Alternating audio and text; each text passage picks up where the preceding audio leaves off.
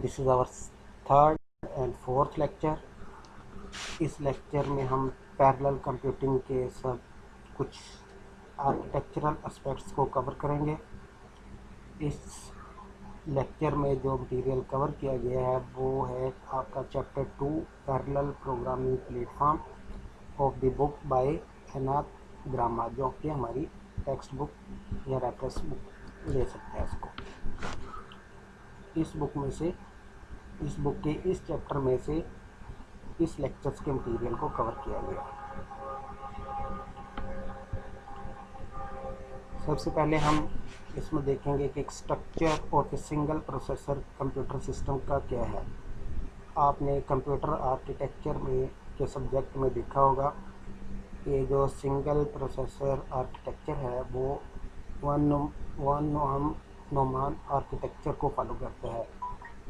It comprises of 4 main components. इसके 4 main components हैं: input units, memory units, processing element या CPU और output unit. Input unit which accepts or read the list of instructions to solve a problem and data relevant to the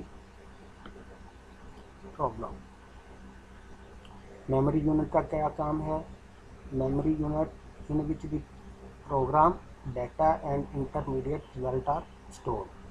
processing elements जो है वो आपके instructions को interpret करता है यानी डिकोड करता है और उसको एग्जीक्यूट करता है। आउटपुट, जहाँ पे आपकी आउटपुट डिस्प्ले होती है। ये 4 कंपोनेंट हैं आपके सिंगल प्रोसेसर कंप्यूटर के। मेमोरी, सीपीयू जो है इसके 2 हैं, कंट्रोल यूनिट और अरिथमेटिक लॉजिक यूनिट, और ये इनपुट और आउटपुट यूनिट्स। ये सीक्वेंशियल कंप्यूटर के 4 मेन कंपोनेंट हैं। सीरियल कंप्यूटिंग, जैसा कि हमने पिछली क्लास के अंदर बताया था कि पैरेलल कंप्यूटिंग जो है वो बेसिकली सीरियल कंप्यूटिंग की इवॉल्व किया गया है। सीरियल कंप्यूटिंग में क्या होता है कि एक प्रॉब्लम जो है उसका प्रोग्राम लिखा जाता है। वो प्रोग्राम जो है सेट ऑफ इंस्ट्रक्शंस है और सीपीयू जो है इंस्ट्रक्शंस को 1 बाय 1 एग्जीक्यूट करता है। प्रॉब्लम का ये प्रोग्राम लिखा, सीपीयू क्या करता है, इन तमाम इंस्ट्रक्शंस को 1 बाय 1 एग्जीक्यूट करता है।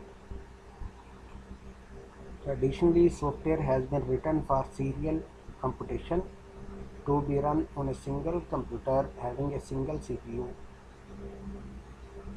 The problem is broken into a discrete series of instructions. Instructions are executed one after another. Only one instruction may execute at any moment in time in serial computing.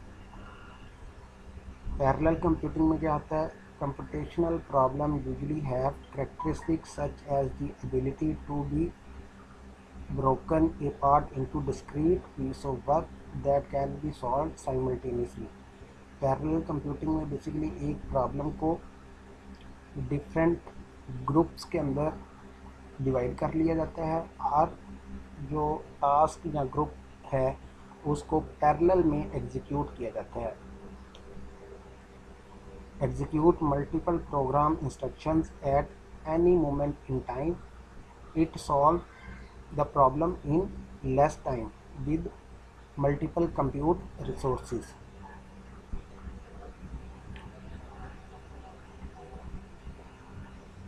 तो देखिए parallel computing में क्या है कि ये एक problem है, इसको हमने क्या किया,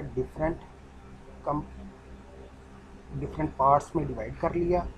हर पार्ट्स जो है वो कंप्राइज्ड है सेट ऑफ इंस्ट्रक्शन पे। हर पार्ट की जो मल्टीपल सीपीयूज हैं यहाँ पे जो इन पैरेलल इन पार्ट्स को एग्जीक्यूट करनी है। हर पार्ट की इंस्ट्रक्शंस जो है वो सिक्वेंशली एग्जीक्यूट हो रही हैं 1 बाय 1, लेकिन चारों पार्ट्स जो हैं इन पैरेलल एग्जीक्यूट हो रहे हैं। इससे क्या होगा कि आपका इस प्रॉब्लम को सॉल्व करने का टाइम रिड्यूस हो जाएगा। In the simplest sense, parallel computing is the simultaneous use of multiple compute resources to solve a computational problem. To be run using multiple CPU, a problem is broken into discrete parts that can be solved concurrently. Each part is further broken down into a series of instructions. Instructions from each part execute simultaneously on different CPUs, जिस तरह के इस diagram के अंदर दिखाया गया है। Elements of parallel computing architecture. Parallel computer architecture के एलिमेंट्स वही हैं जो सिक्वेंशियल के हैं। पैरेलल ये कौन से थे कंपोनेंट? मेमोरी, CPU और ये वाली डेटा बस आपकी जो है आपस में ये जो इंटरकनेक्शन है। Each of component of a conventional architecture presents significant performance bottlenecks. It is important to understand each of these performance bottlenecks. Parallelism addresses each of these components in a significant ways. Parallel architecture भी है वो इन तमाम components को की performance को address करता है ताकि ओवरऑल परफॉर्मेंस सिस्टम की बढ़ा सके। We start with the processor level architecture. हम सबसे पहले प्रोसेसर लेवल पे आर्किटेक्चरल एस्पेक्ट्स को देखेंगे, जिसको कैटेगराइज किया जाता है इम्प्लिसिट पैरेलल आर्किटेक्चर और explicit parallel architecture. Implicit parallelism या और एक्सप्लिसिट पैरेललिज्म। इम्प्लिसिट पैरेललिज्म का मतलब क्या है? इम्प्लिसिट पैरेललिज्म जो कि प्रोसेसर चिप के अंदर डिफाइन की गई है, बिल्ड की गई है, वो प्रोग्रामर को विजिबल नहीं है। Parallelism build into processor chip and is invisible to programmer, यानी कि प्रोग्रामर जो है वो इस लेवल के ऊपर अपने प्रोग्राम को नहीं लिख सकता, वो पैरेललिज्म को यूटिलाइज नहीं कर सकता। इम्प्लिसिट पैरेललिज्म वो ऑटोमेटिकली प्रोसेसर खुद ब खुद ही प्रोग्राम में कर लेता है। Hardware exploits parallelism in the program automatically. Implicit parallelism can be achieved by fine grain parallelism, यानी कि instructions level parallelism. Instructions level पे हम पैरेललिज्म कर सकते हैं। Automatic parallelizing scheduler. Fine grain parallelism. Fine grain parallelism का मतलब ये है instructions level parallelism. Instructions level parallelism की फर्स्ट अप्रोच जो है वो है पाइपलाइनिंग। पाइपलाइनिंग के ज़रिए हम मल्टीपल इंस्ट्रक्शंस को इन पैरेलल एग्जीक्यूट कर सकते हैं। The earliest use of parallelism in designing processing element to enhance processing speed was pipelining. Processors have long relied on pipelining for improving execution rate। Execution rate को increase करने के लिए pipelining को processor इस्तेमाल करते हैं। पाइपलाइनिंग है क्या? पाइपलाइनिंग के अंदर हम एक इंस्ट्रक्शंस को डिफरेंट इंस्ट्रक्शंस के एग्जीक्यूशन को डिफरेंट स्टेजेस के अंदर डिवाइड कर लेते हैं और मल्टीपल जो स्टेजेस हैं इंस्ट्रक्शंस की वो इन पैरेलल एग्जीक्यूट होती हैं। ए pipeline is a series of stages where some work is done at each stage in parallel. The stages are connected one to the next to form a pipe. Instructions enter at one end, progress through the stages and exit at the other end.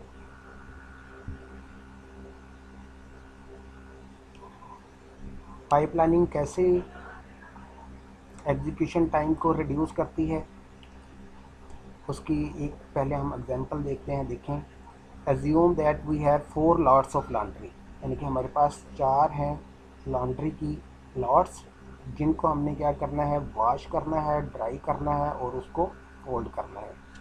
फ़र्ज़ करें कि 30 minute लेते हैं wash होने में एक lot को, 40 minutes dry करने में और 20 मिनट फोल्ड करने में। फर्ज करें कि हमारे पास एक वाशर है, एक ड्रायर है और एक फोल्डिंग स्टेशन है। तो सीरियल के अंदर कितना टाइम लगेगा, ये देखें, पहले फर्स्ट लॉट लिया, उसको वॉश किया, उसको ड्राई किया, उसको फोल्ड किया, नेक्स्ट बी वाला, बी लॉट को वॉश किया, ड्राई किया और फोल्ड किया, फिर नेक्स्ट लॉट वॉश की, ड्राई की, फोल्ड की, उससे नेक्स्ट लॉट ली, वॉश किया, ड्राई किया और फोल्ड किया।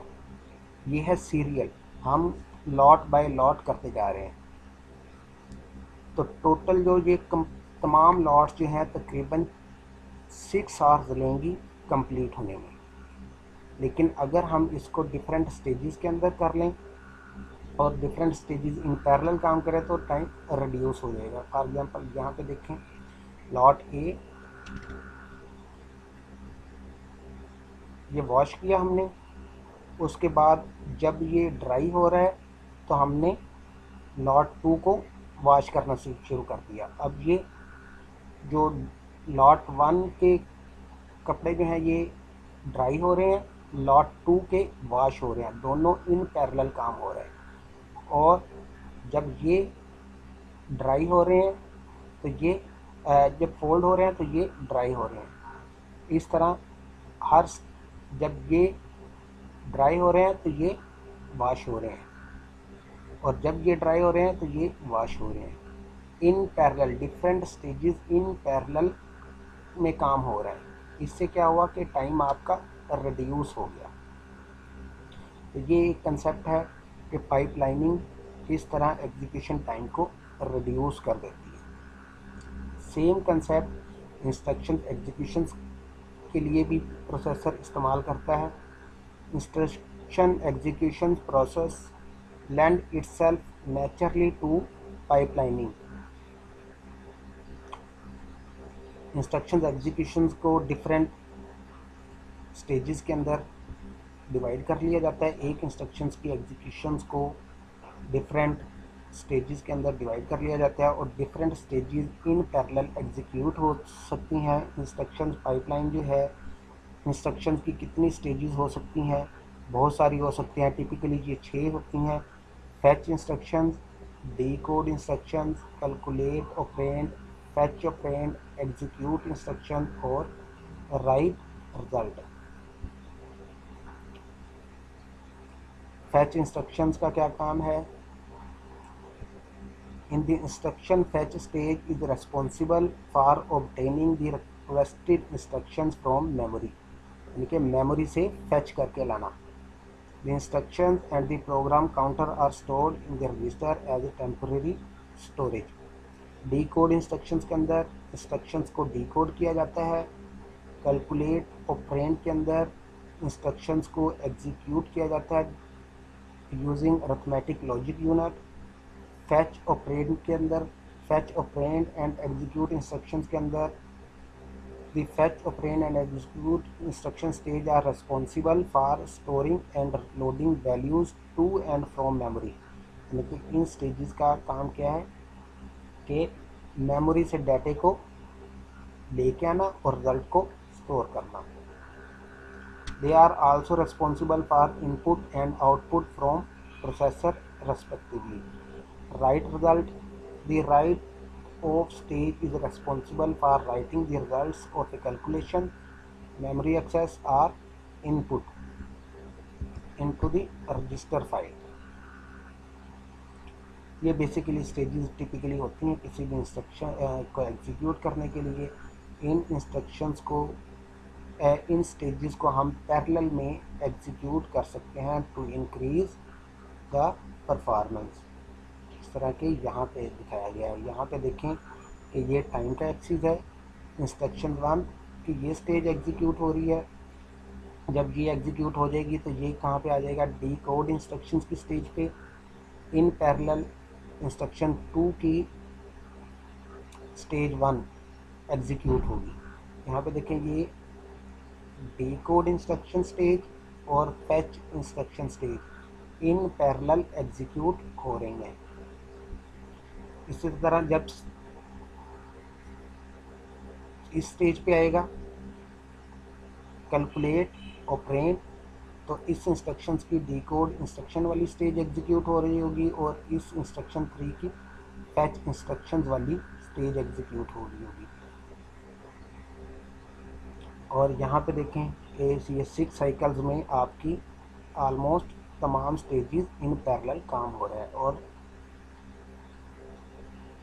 ये इस तरह करके 14 पे जाके आपकी 9 इंस्ट्रक्शन एग्जीक्यूट हो जाएंगी। The speed up of a pipeline is eventually limited by the number of stages and time of slowest stage। obvious बात है कि अगर आपने टाइम को मज़ीद रिड्यूस करना है तो आप ज़्यादा स्टेजेस बना लें ताकि ज़्यादा स्टेजेस इन पैरेलल एग्जीक्यूट हो सकें। लेकिन स्टेज का जो टाइम है वो आपकी स्लोवेस्ट स्टेज के ऊपर डिपेंड करेगा। फॉर एग्जांपल अगर ये स्टेज जो है ये आपकी 10 सेकंड ले रहा है, ये एग्जीक्यूट इंस्ट्रक्शन वाली स्टेज जो है वो आपकी 10 सेकंड ले रहा है, ये चाहे एक सेकंड दे रहे हैं, तो आपकी जो स्लोवेस्ट स्टेज है उसके ऊपर डिपेंड करेगा speed up. For this reason conventional processor tried very deep pipeline, ज़्यादा स्टेजेस को प्रेफर करता है प्रोसेसर्स। क्यों? ताकि स्टेजेस ज़्यादा हों और हर स्टेज का टाइम भी रिड्यूस हो सके।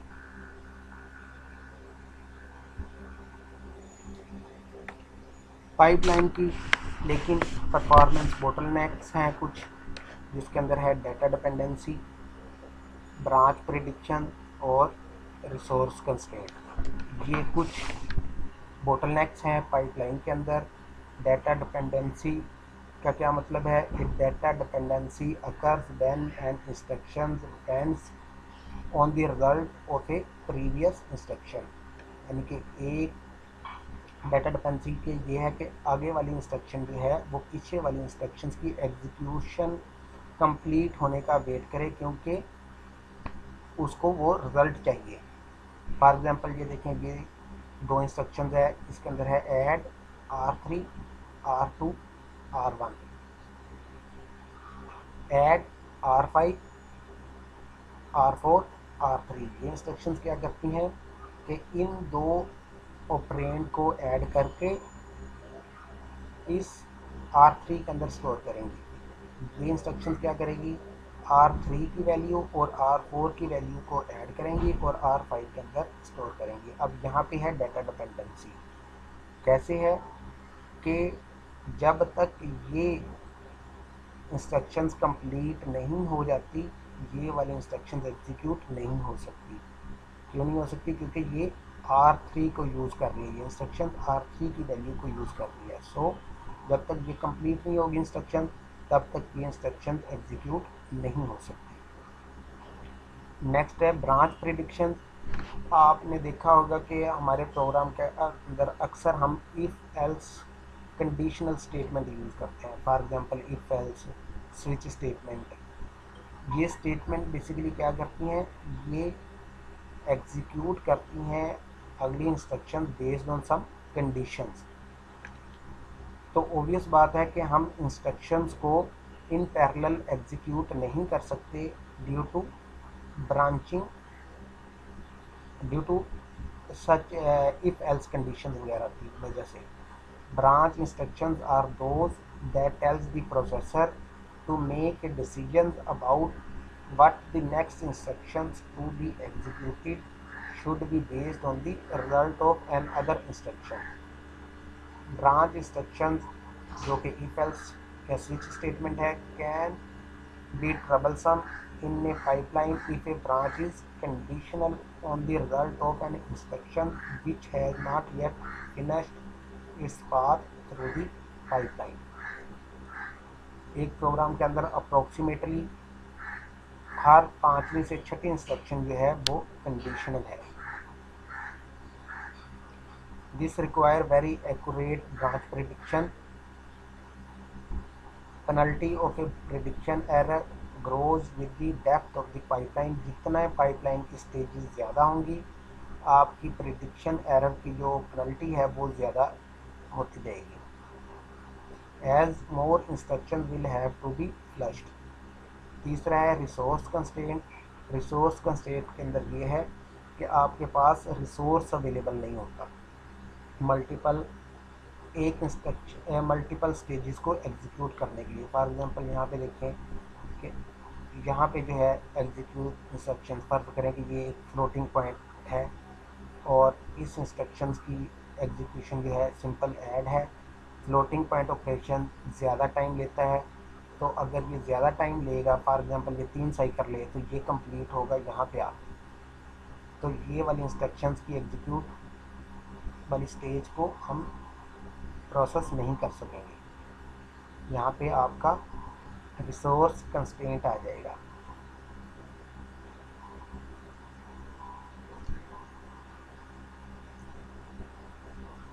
इम्प्लिसिट पैरेललिज्म यानी कि प्रोसेसर की स्पीड को जो हम बढ़ा सकते हैं, एक तरीका तो ये है पाइपलाइन प्रोसेसर का, दूसरा है फिर सुपर स्केलर प्रोसेसर का। सुपर स्केलर प्रोसेस में क्या होता है, प्रोसेसर के अंदर इसके अंदर हम बजाय एक पाइपलाइन इस्तेमाल करने के हम एक से ज़्यादा पाइपलाइन इस्तेमाल करते हैं, 2, 4, 6 इस तरह पाइपलाइन को हम पाइपलाइन इस्तेमाल करते हैं ताकि multiple instruction in parallel execute हो सकें।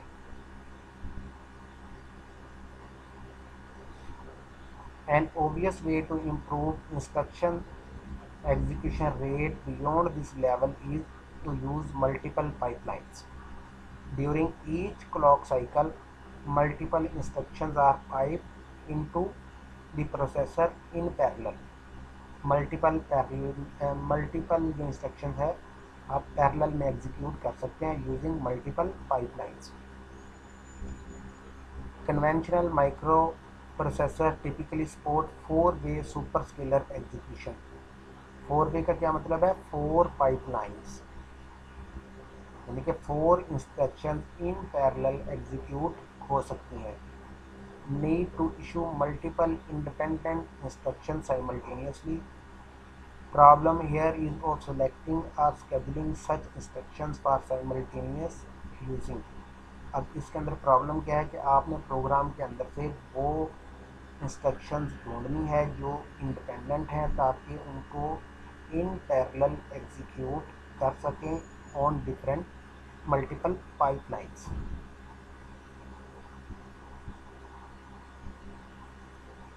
सुपर स्केलर स्केजुलर जो है यानी कि जो मल्टीपल इंस्ट्रक्शंस को स्केड्यूल करेगा on compute resources is in chip hardware.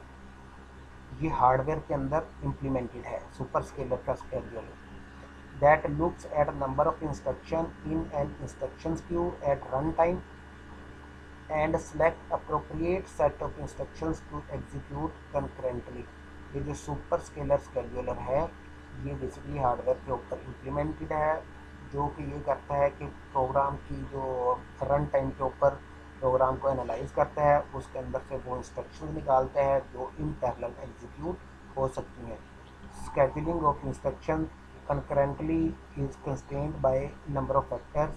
Again वही फैक्टर्स हैं, इसके अंदर भी सुपर स्केलर के अंदर भी रिसोर्स कंस्ट्रेंट हो सकते हैं, डाटा डिपेंडेंसी के इश्यूज आ सकते हैं, ब्रांच प्रेडिक्शंस के इश्यूज इसके अंदर भी आ सकते हैं। दूसरा क्या है, ड्यू टू हार्डवेयर कास्ट, क्योंकि ये सुपर स्केलर स्केड्यूलर भी है ये हार्डवेयर के अंदर इम्प्लीमेंटेड है, has limited complexity impacting its performance. लिहाजा इसकी परफॉर्मेंस डाउन है क्योंकि ये हार्डवेयर के ऊपर इम्प्लीमेंटेड है। Due to run time operation scheduler has limited time and scope to extract parallelism impacting its performance. क्योंकि ये सुपर स्केलर स्केड्यूलर जो है ये आपका रन टाइम के ऊपर प्रोग्राम को एनालाइज करता है और ये इंडिपेंडेंसी को ख़त्म करने की कोशिश करता है, इसकी वजह से इसके ऊपर टाइम भी ज़्यादा लगता है और स्कोप भी इसका लिमिटेड है। Second, the amount of instruction level parallelism in a program is often limited and is a function of coding technique. Coding technique के ऊपर किस तरह डिपेंड करता है कि जब आप किसी प्रोग्राम को कोड कर रहे हो तो आप खुद प्रोग्रामर खुद जो है वो इंस्ट्रक्शन किस तरह की लिखे उनके अंदर, ताकि डिपेंडेंसी कम से कम हो।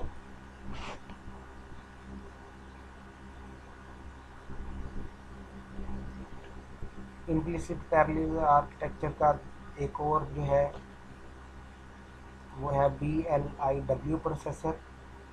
पाइपलाइन हमने पढ़ लिया, pipeline processor, super scalar processor, और तीसरा है VLIW processor. Very long instructions word VLIW processor. इसके अंदर क्या है कि बजाय इसके कि रन टाइम प्रोग्राम का एनालिसिस किया जाए जिस तरह के सुपर स्केलर करता है, VLIW जो है वो कंपाइल टाइम के ऊपर प्रोग्राम को एनालाइज करता है, उसके अंदर डिपेंडेंसी को चेक करता है, और जो जो इंस्ट्रक्शन इंडिपेंडेंट होती हैं उनको वो कंपाइल टाइम के अंदर एनालाइज करके निकालता है और उनको टैग करके स्केड्यूलर को दे देता है। Hardware cost, complexity, time and scope constraint of runtime scheduling of the superscalar are the major issues in superscalar design. To address these issues, VLIW processor rely on compile time analysis to identify and bundle together instructions that can be executed concurrently. These instructions are tagged and dispatched together and thus the name very long instruction word. Very long instruction word इसको क्यों कहते हैं? क्योंकि इसके अंदर multiple independent instructions को वो pack करता है और स्केड्यूलर को देता है स्केड्यूलिंग करने के लिए, एग्जीक्यूट करने के लिए। Typically VLIW processor are limited to 4 to 8 way parallelism. ये इसके कुछ प्रोसेसर हैं, एग्जांपल्स के तौर पे IA64 भी है, ये VLIW प्रोसेसर है और ये प्रोसेसर का नेम है जो VLIW आर्किटेक्चर को फॉलो करता है।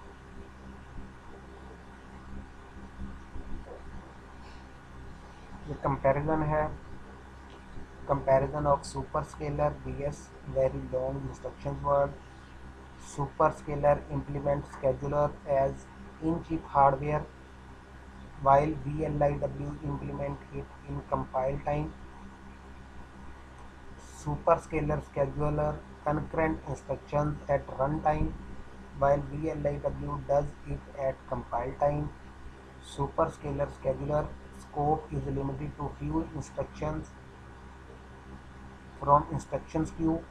यानी कि इसका क्या मतलब है कि जो सुपर स्केलर जो है वो स्मॉल अमाउंट ऑफ इंस्ट्रक्शंस को क्या करता है, एनालाइज करता है और इशू कर सकता है। While VLIW scheduler has bigger context may be full program to process. VLIW के अंदर पूरे का पूरा प्रोग्राम अगर आपका इंडिपेंडेंट इंस्ट्रक्शंस पे मुश्तमिल है तो वो पूरे के पूरे प्रोग्राम को स्केड्यूलर को हैंड ओवर कर सकता है। Due to more time and bigger context VLIW scheduler can use more powerful algorithm giving better results which superscaler can't afford. Compiler however do not have runtime information उसके पास नहीं होती, जिसकी वजह से so VLIW scheduling is inherently more conservative than superscalar.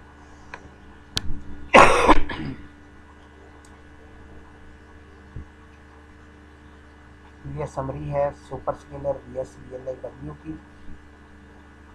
Implementation super scalar जो है वो hardware on chip के ऊपर, ऑन चिप ये इम्प्लीमेंटेड है। VLIW में ये सॉफ्टवेयर के टाइम सॉफ्टवेयर में इम्प्लीमेंटेड है, यानी कि कंपाइलर के अंदर टाइम जो है ये रन टाइम एनालिसिस करता है और ये कंपाइल टाइम एनालिसिस करता है।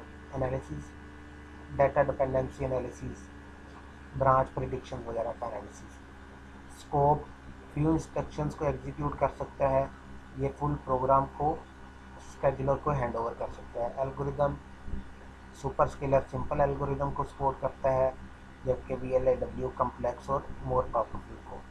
Run time information super scalar के पास होती है रन टाइम के ऊपर इंफॉर्मेशन, और VLIW के ऊपर नो, रन टाइम की कोई इंफॉर्मेशन नहीं होती रन टाइम पे। अब हम देखेंगे limitations of memory system on the performance. यहाँ पे जो हमने देखा था एक डायग्राम,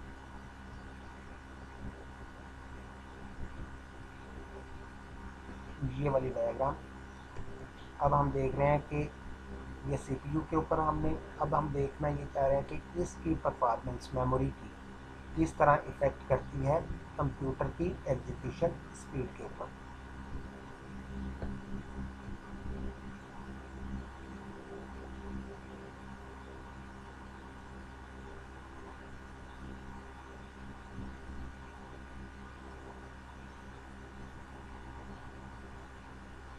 कंप्यूटर की परफॉर्मेंस जो है वो सिर्फ प्रोसेसर की प्रोसेसिंग स्पीड के ऊपर ही डिपेंड नहीं करती, बल्कि इस चीज़ के ऊपर भी डिपेंड करती है कि डाटा जो है मेमोरी से कितना आ रहा है और कितने टाइम में आ रहा है।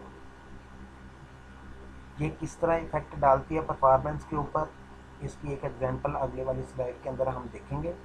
The effective performance of a program on a computer relies not just on the speed of the processor but also on the ability of the memory system to feed data to the processor. A memory system के अंदर क्या होता है, typically takes in a request for a memory word and return a block of data of size b containing the requested word after L nanosecond. Here L is referred to as latency of the memory. Typically memory के अंदर, memory system के अंदर क्या होता है कि एक word की रिक्वेस्ट जाती है और वो रिक्वेस्ट जो है जब मेमोरी से जाती है तो वो चंक ऑफ डाटा प्रोसेसर के पास आ जाता है। वो अब कितनी देर में आता है, अज्यूमिंग L नैनोसेकंड वो लेता है। तो ये जो L है ये आपकी क्या है, लेटेंसी, मेमोरी एक्सेस लेटेंसी इसको कहते हैं। The rate at which data can be pump from the memory to the processor determines the bandwidth of the memory system.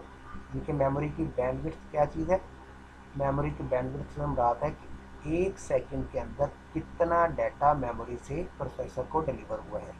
Latency क्या है कि डाटा कितनी देर में प्रोसेसर के पास पहुंचा है। Effect of memory system latency, latency का क्या इफेक्ट है इसके अंदर, फर्ज करें एग्जांपल एक कंसिडर करते हैं example, consider a processor operating eight 1 gigahertz. उनके एक प्रोसेसर है जो ऑपरेट कर रहा है एक 1 गीगाहर्ट्ज़ के ऊपर, देखिए उसका क्लॉक स्पीड क्या है 1 nanosecond, connected to a DRAM with a latency of 100 nanosecond, यानी कि लेटेंसी कितनी है 100 nanosecond, and a block size of 1 word, यानी कि एक वर्ड, ब्लॉक साइज, मेमोरी का ब्लॉक साइज से क्या हो रहा है कि कितना डाटा आपका प्रोसेसर को डिलीवर होता है, तो 1 वर्ड है फर्ज करें। Assume that the processor has 2 multiply add units, processor के अंदर 2 आपके मल्टीप्लाई एड यूनिट्स हैं, and is capable of executing 4 instructions in each cycle of 1 nanosecond. यानी कि ये सारी अजम्पशंस है कि हम एज्यूम कर रहे हैं कि एक प्रोसेसर है जो जिसकी स्पीड क्या है 1 गीगाहर्ट्ज़ और वो कनेक्ट है एक DRAM मेमोरी से जिसकी लेटेंसी है 100 नैनोसेकंड, यानी 100 नैनोसेकंड के अंदर वो वर्ड आपका प्रोसेसर को डिलीवर करता है।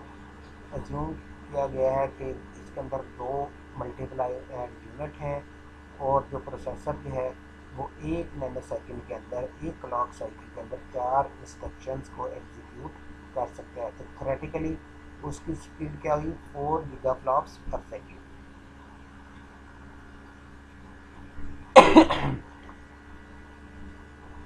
Consider the problem of computing the dot product of 2 vectors. On such a platform. अब डॉट प्रोडक्ट में क्या होता है, डॉट प्रोडक्ट के अंदर दो वेक्टर्स होते हैं और एलिमेंट बाय एलिमेंट हम उसको मल्टीप्लाई करते हैं और सम लेते हैं। Dot product competition perform multiply and add operation on a single pair of vector elements. यानी कि डॉट प्रोडक्ट के अंदर क्या है, एक पेयर ऑफ एलिमेंट्स के ऊपर पहले वो उनको मल्टीप्लाई करता है और फिर उनको ऐड करता है। मल्टीप्लाई ऐड ऑपरेशन, दो ऑपरेशन परफॉर्म करता है, मल्टीप्लाई और ऐड। इसका मतलब क्या हुआ कि each floating point operation requires one data fetch. दो ऑपरेशन परफॉर्म हो रहे हैं, मल्टीप्लाई का और ऐड का, और दो एलिमेंट के ऊपर परफॉर्म हो रहे हैं। इसका क्या मतलब हुआ कि each floating point operation requires one data fetch. It is easy to see that the peak speed of this computation is limited to one floating point operation every 100 nanosecond. इसका मतलब ये हुआ क्योंकि पर अपना मेमोरी की स्पीड जो है 100 नैनोसेकंड है। 100 नैनोसेकंड के बाद वेक्टर के एलिमेंट आएंगे उसके पास, तो एग्जैक्ट अपना प्रोसेसिंग स्पीड जो है, इसका मतलब हुआ कि एक फ्लोटिंग पॉइंट ऑपरेशन जो है वो 100 नैनोसेकंड के ऊपर परफॉर्म हो सकते हैं। ये कॉरस्पॉन्ड करता है 10 megaflops per operation, a very small fraction of the peak processor rating. Theoretically वो 4 गीगाफ्लॉप्स परफॉर्म कर सकते हैं, लेकिन actually due to memory bottlenecks ये सिर्फ प्रोसेसर काम करेगा 10 मेगाफ्लॉप्स के ऊपर। सॉल्यूशन, इसलिए आपने देखा होगा कि हम जो कंप्यूटर है वो कैश वगैरह यूज़ करते हैं। कैश जो है वो आपकी हाई स्पीड मेमोरी है, हर मेमोरी की हायरार्की में आती है कैश। पहले आपकी ये रैम और उसके बाद cash.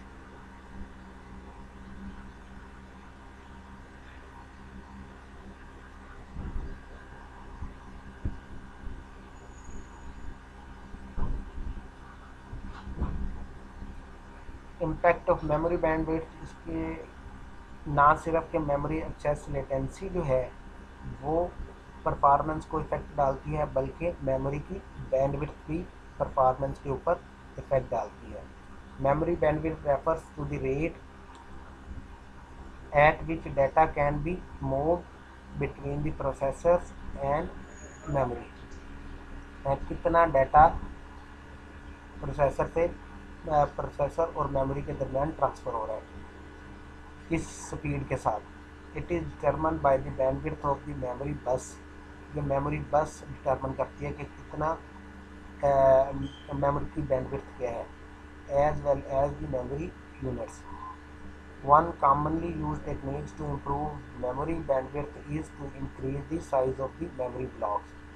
Memory block size increase करने से आप बेसिकली मेमोरी की बैंडविड्थ बढ़ाते हैं। मेमोरी ब्लॉक्स इंक्रीज़ करने से क्या मुराद है कि एक मेमोरी रिक्वेस्ट यही है, तो उससे बजाय इसके कि वन वर्ड आए, आप मल्टीपल वर्ड्स ट्रांसफ़र हो प्रोसेसर को। Example, consider a processor operating eight 1 gigahertz. ये पिछली वाली ही एग्जाम्पल है, ठीक है, हम इसी के अंदर देख रहे हैं। पीछे वाली एग्जाम्पल्स के अंदर हमने सिर्फ ये किया था कि जहाँ पे हमने ब्लॉक साइज लिया था 1 वर्ड, यानी कि जब एक मेमोरी की रिक्वेस्ट जाएगी तो मेमोरी से 1 वर्ड आएगा। इस एग्जाम्पल्स के अंदर हम क्या कर रहे हैं, हम एज्यूम कर रहे हैं कि ब्लॉक साइज का क्या है 4 वर्ड्स। अगर आपके 100 नैनोसेकंड के अंदर 4 वर्ड्स आएंगे। डॉट प्रोडक्ट की ही एग्जांपल है। अब देखें, अगर ये हो, अगर 4 वर्ड्स आए, अब the computer can perform 8 flops. 4 multiply add can be done in 200 cycle, 200 cycles के अंदर 8 फ्लोटिंग पॉइंट ऑपरेशन परफॉर्म हो सकते हैं। कैसे? एक ट्रांजेक्शन्स के अंदर आपके 4 वर्ड्स आएंगे, दूसरी ट्रांजेक्शन्स के अंदर भी आपके 4 वर्ड्स आएंगे। उन 4 वर्ड्स को टोटल मेमोरी सेट आने का टाइम कितना लगेगा? 200 second, 200 nano second. 200 nano second के बाद आपका क्या है, ये मिनिमम टाइम है, उसके बाद आप एक फ्लोटिंग पॉइंट ऑपरेशन परफॉर्म कर सकते हैं उन 4 एलिमेंट के, अगर आपका डॉट प्रोडक्ट है। This correspond to a flop, 1 flop every 25 nanosecond, यानी कि इसका मतलब यह है कि 200 को अगर आप 8 से डिवाइड करेंगे तो आपके एक फ्लॉप का टाइम निकलेगा। एक floating point operation 25 nanosecond में होगा। ये कॉरस्पॉन्ड करता है for peak speed of 40 megaflops per second. इस तरह हम by increasing word size we can increase the performance. पिछली एग्जांपल में देखें, हम हमारी 10 मेगा फ्लॉप्स थी स्पीड, लेकिन जब हमने ब्लॉक साइज 1 से 4 किया, 1 से 4 वर्ड्स किया, तो हमारी जो है स्पीड कंप्यूटर की बढ़ गई 40 मेगा फ्लॉप्स के ऊपर। इस तरह ये मैं आपके मेमोरी सिस्टम भी ओवरऑल परफॉर्मेंस के ऊपर इफेक्ट डालता है। ओके स्टूडेंट, यहाँ तक आज की क्लास है।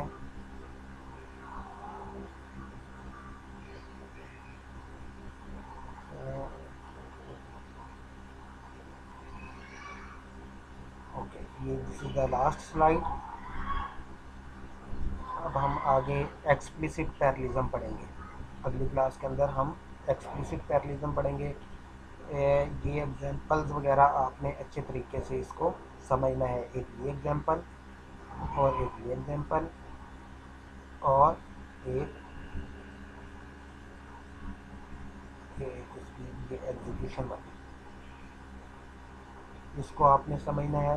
VLIW को, सुपर स्केलर को और पाइपलाइन प्रोसेसिंग को। इसके बारे में एक असाइनमेंट मैं आपको दे दूंगा, वो आपने सॉल्व करके मुझे हैंड ओवर कर दिया। ओके बेटा, अल्लाह हाफिज़।